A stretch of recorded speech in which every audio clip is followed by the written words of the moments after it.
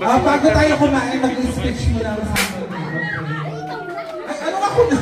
Magpasalamat ka lang sa mga dumating. Masalamat daw po. Dali na. Konting speech na. Speech! I-appreciate naman natin ako.